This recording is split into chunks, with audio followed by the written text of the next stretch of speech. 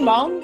Aujourd'hui, j'ai l'honneur d'être avec un ami et je pourrais même dire un mentor de mon passé, qui est Gilbert Aura, qui est co-fondateur et vice-président marketing de l'entreprise Six Continents.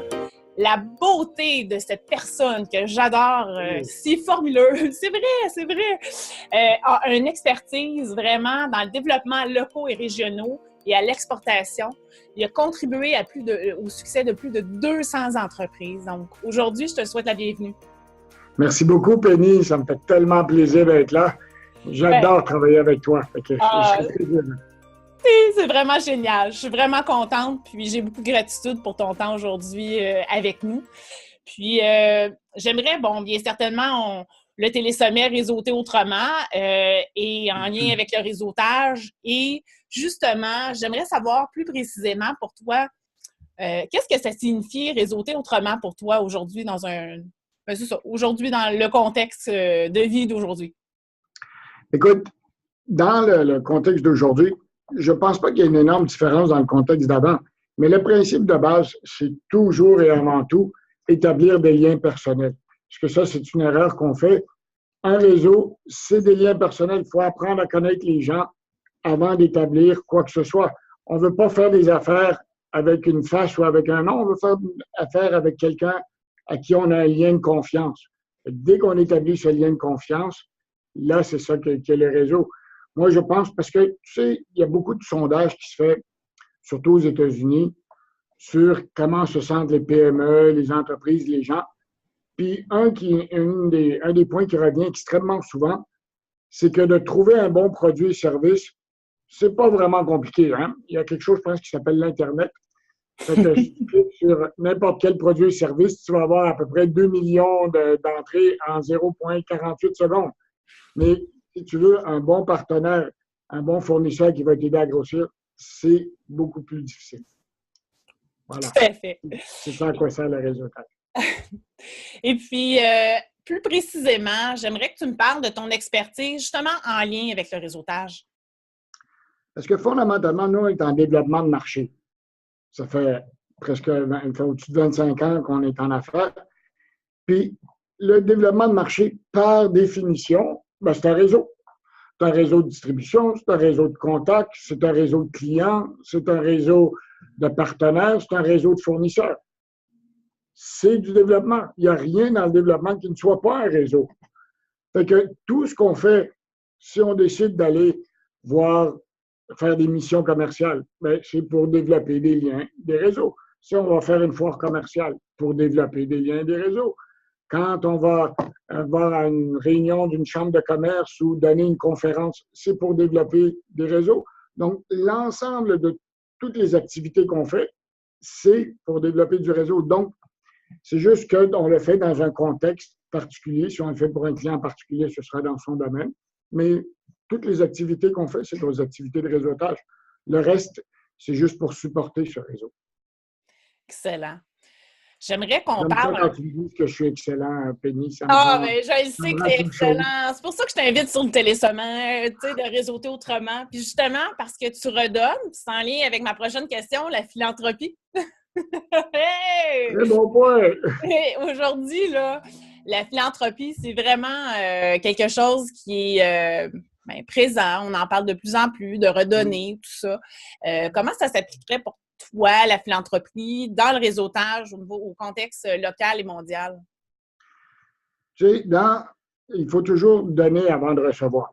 Si on ne donne pas, quand on donne, moi, je crois sincèrement, puis ce n'est pas une question religieuse, hein, bien que je sois un jeune homme catholique de bonne famille, mais c'est... OK, pour le jeune, on repassera, mais pour le reste, quand vous dites donner, vous recevrez au centuple, c'est le cas aussi. Parce que quand on va aider, quand on aide les autres, on fait par se créer un lien. On se crée un lien, on se crée toutes sortes de choses qu'on peut arriver pour que les autres nous redonnent. C'est un réseau qui va se recréer.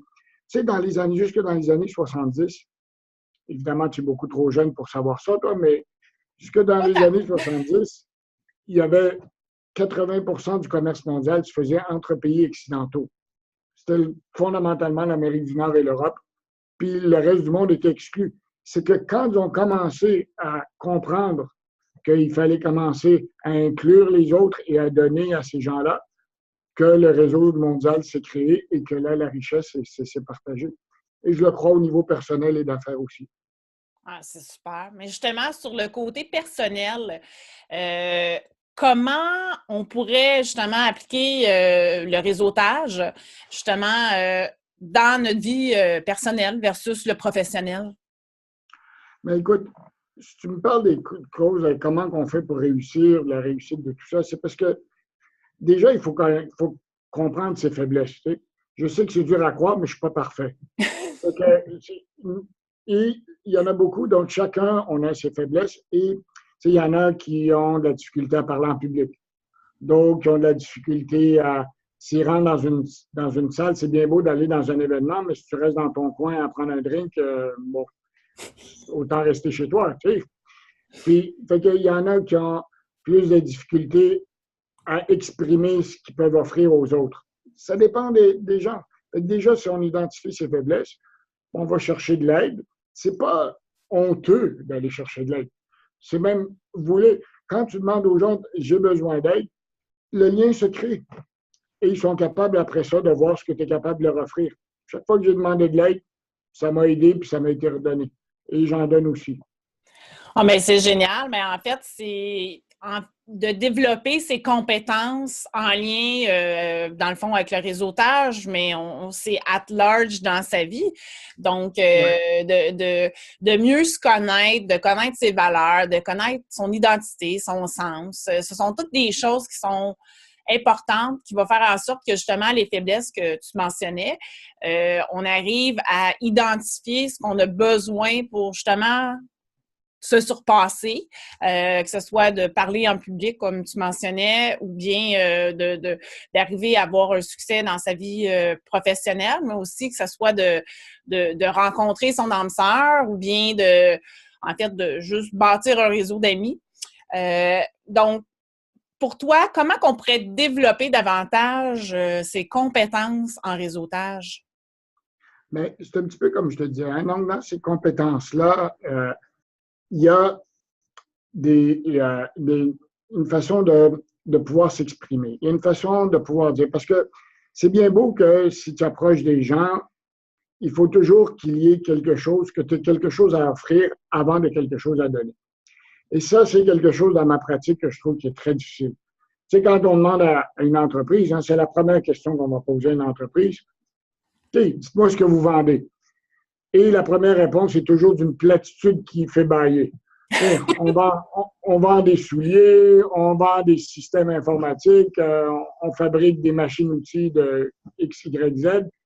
OK, mais pourquoi je devrais faire affaire avec toi? Explique-moi, vas-y. Et sois capable de t'exprimer puis de me faire vibrer pour que je puisse aller vers toi. Ça, c'est absolument très difficile pour la plupart parce que la plupart d'entre nous sont très techniques.